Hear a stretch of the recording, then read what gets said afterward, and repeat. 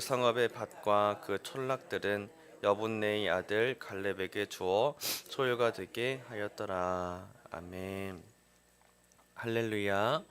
우리 오늘 하루도 하나님의 은혜로 온전하게 누리시기를 주님의 이름으로 축복합니다. 오늘의 말씀을 한번 보겠습니다. 우리가 이번 여호수아서의 본문들을 쭉 보면서 이제 여러 가지 핵심적인 내용들을 이제 좀 이렇게 정리하고 계시리라 생각을 합니다. 일단은 하나님께서 이 모세와 백성들을 애굽 땅에서 건져내셨고 인도하여 내셨다. 이제 그것이 이제 시작이 되어서 그것의 의미는 하나님께서 이 애굽 땅에서 백성들의 얘기를 그 소리를 들으셨다라는 것이고요. 그리고 이제 이 땅 가운데로 쭉 인도하실 때에 홍해 바다도 건너게 하셨고 요단강도 건너게 하셨다라는 것이죠. 하나님께서는 백성들을 구원하셨고 은혜를 베푸셨다라는 것이 이 이스라엘 백성들과 하나님과의 관계였습니다. 그리고 나서 이제는 전복 전쟁을 통해서 하나님께서 또 더 큰 은혜를 베풀어 주시고 또 앞으로도 더 많은 은혜를 이제 베풀기를 원하시는 것이 하나님의 뜻이다라는 것입니다. 자, 이 가운데에서 백성들이 잊지 말아야 할 것은 무엇인가 하면 적들이 얼마나 강한가 또 그리고 얼마나 강한 무기를 쓰고 있는가의 조건이 아니다라는 것을 우리가 반드시 기억해야 합니다. 또 그리고 우리가 비축하고 있는 식량은 얼마나 남았는지와 같은 어떤 전쟁에 대한 우리 인간적인 생각들과 조건들이 중요한 것이 아니라 진정 중요한 것, 그들이 잊지 말아야 될, 기억해야 될 것은 무엇이냐면 하나님이 함께 하시기 때문에 이 강과 바다를 건넜고 또 하나님께서 함께 하시기 때문에 약속의 땅을 점령하고 있다라는 사실이었습니다.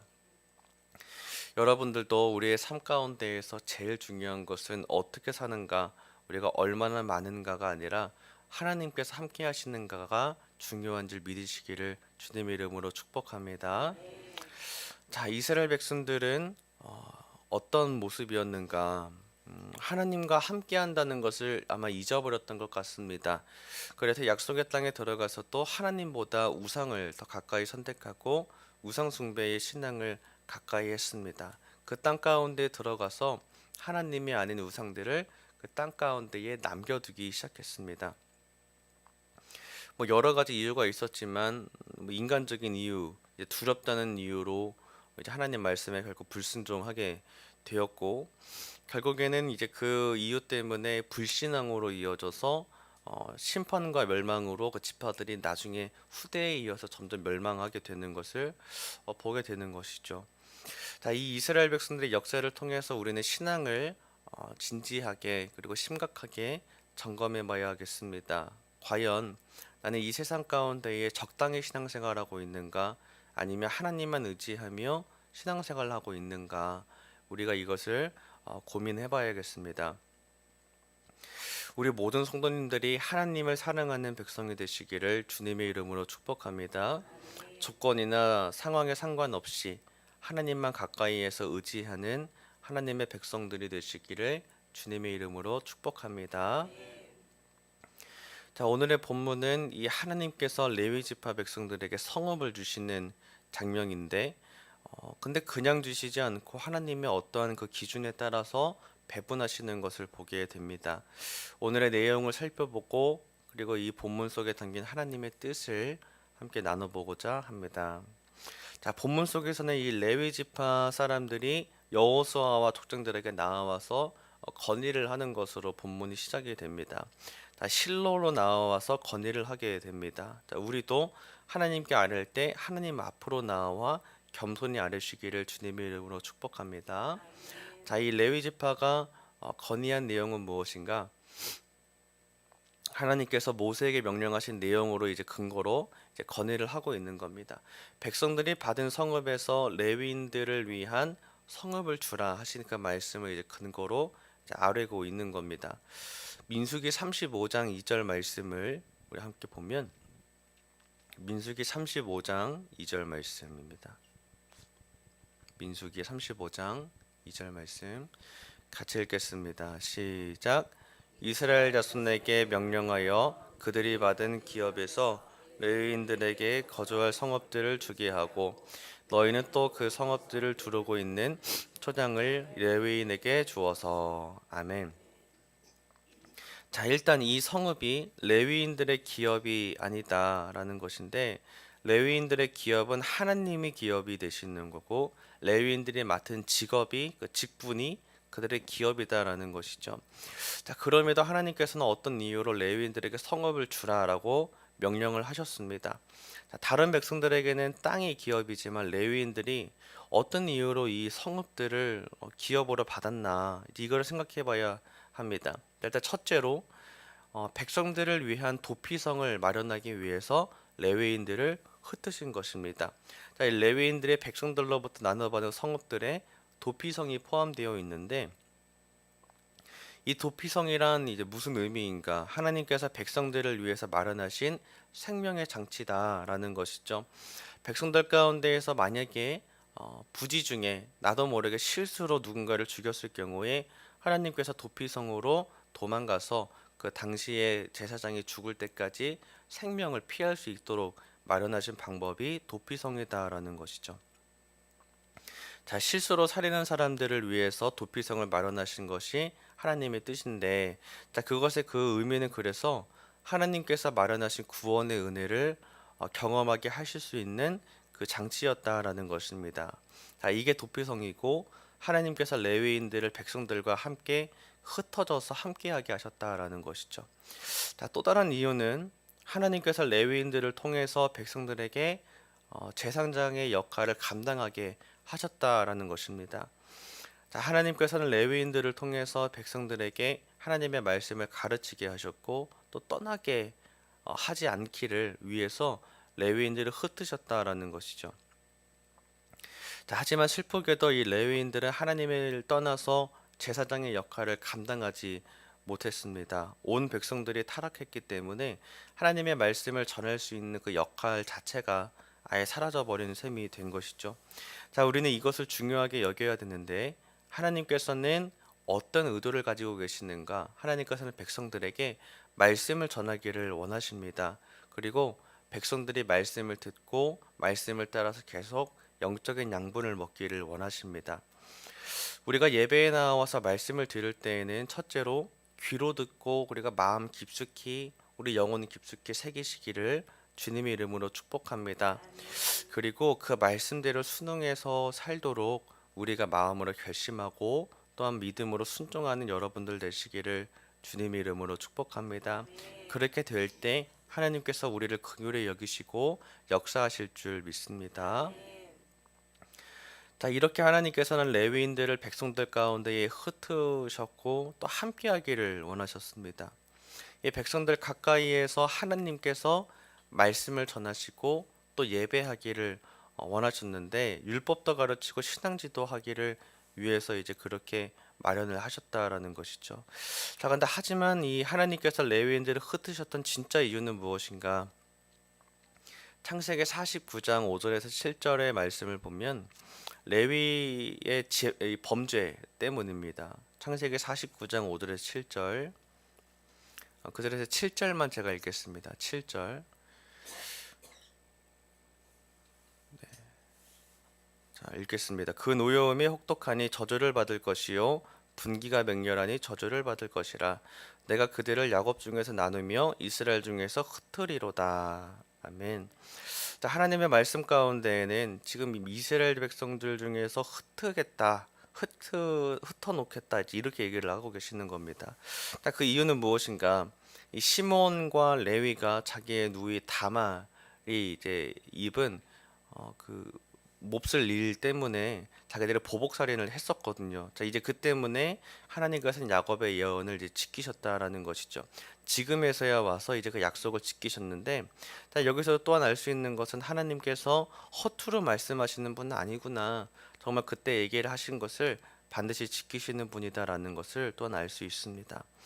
자, 한편으로는 우리가 그때 그 레위의 행동이 정의롭게 보일 수는 있습니다. 사람의 생각에서는 그렇게 할 만하지라고 생각할 수는 있지만 하나님께서는 분명하게 그 행위를 기억하셨고 공의롭게 판단하셨고 역사하시는 분이다라는 것이죠.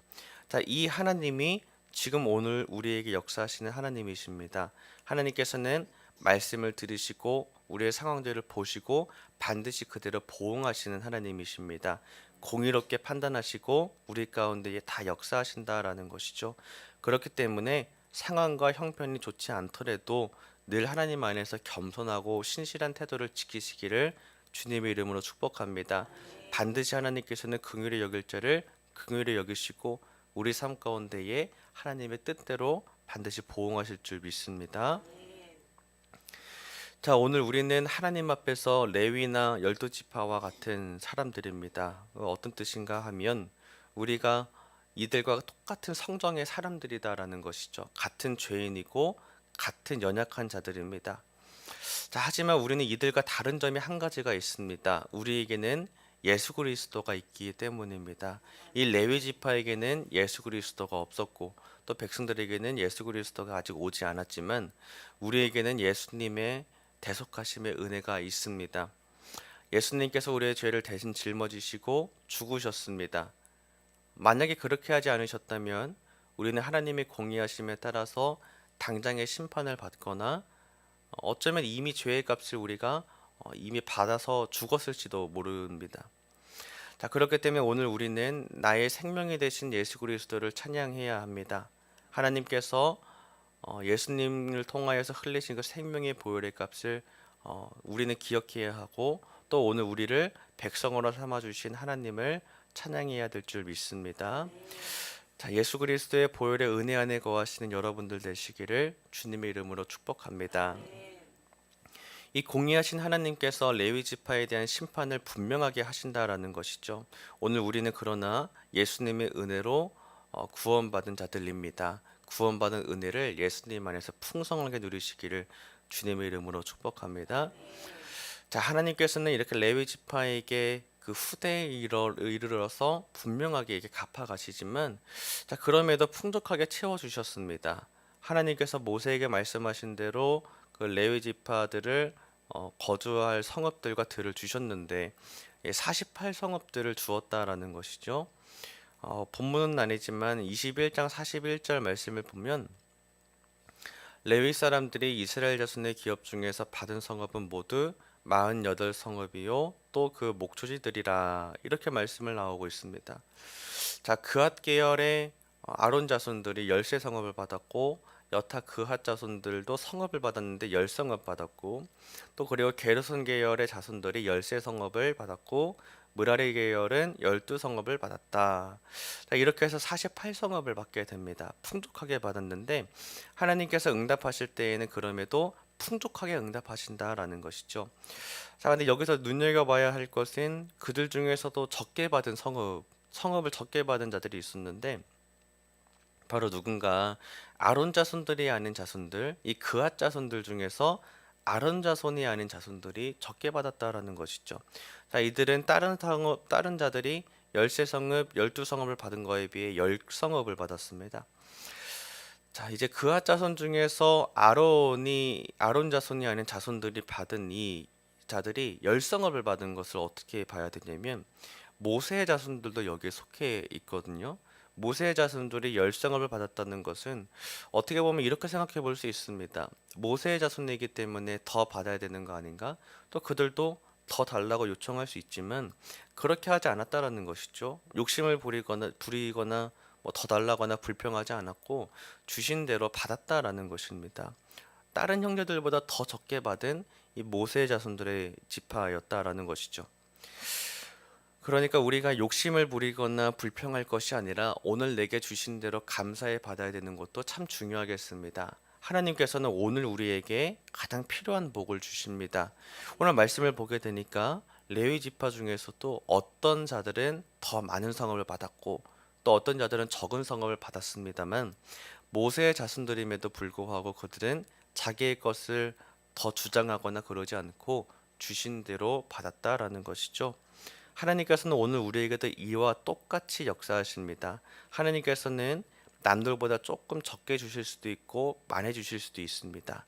그러나 오늘 우리에게 가장 필요한 우리에게 적당한 만큼 주셨다라는 것입니다.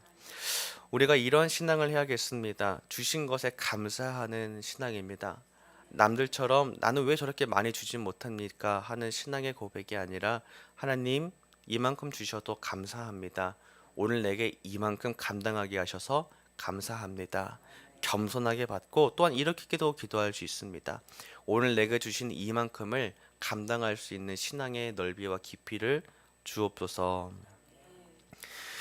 우리가 하나님 앞에서 공동체에 속한 나의 모습을 잘 발견해야겠습니다. 나의 사리 사욕과 내 개인적인 욕심을 더 키워갈 것이 아니라 도리어 공동체를 먼저 생각하는 모습을 우리가 지켜야겠습니다. 우리가 교회 가운데에 목장과 부서를 더 생각하고 타인을 위해 먼저 배려하고 양보하는 모습을 지킨다면 하나님께서 내게 주신 그 복을 통해서 더 크게 풍족하게 하실 줄 믿습니다.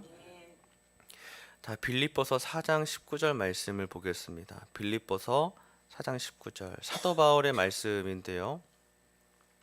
같이 읽겠습니다. 시작.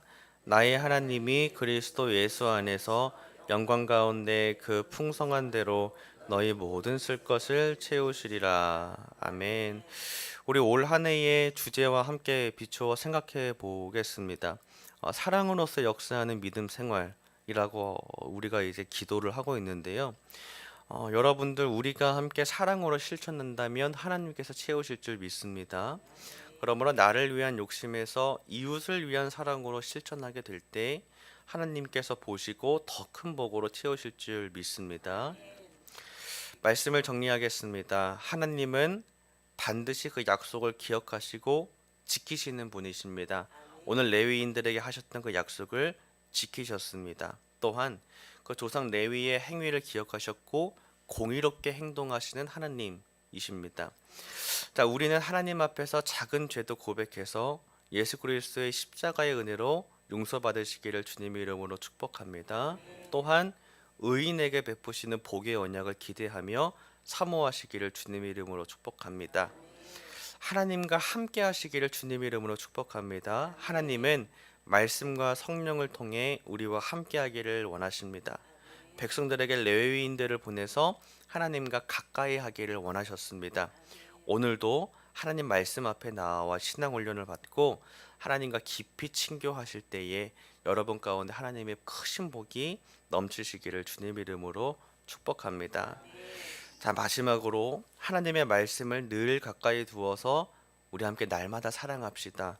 하나님은 그를 구하는 자에게 더 큰 복의 상급을 예비하실 줄 믿습니다. 우리 모두가 하나님의 백성으로서 하나님과 함께하는 은혜를 누리시기를 바라며 또한 오늘도 하나님과 동행하는 삶을 사시기를 주님의 이름으로 축복합니다. 아멘. 찬송가 88장 찬송하시고 기도하겠습니다.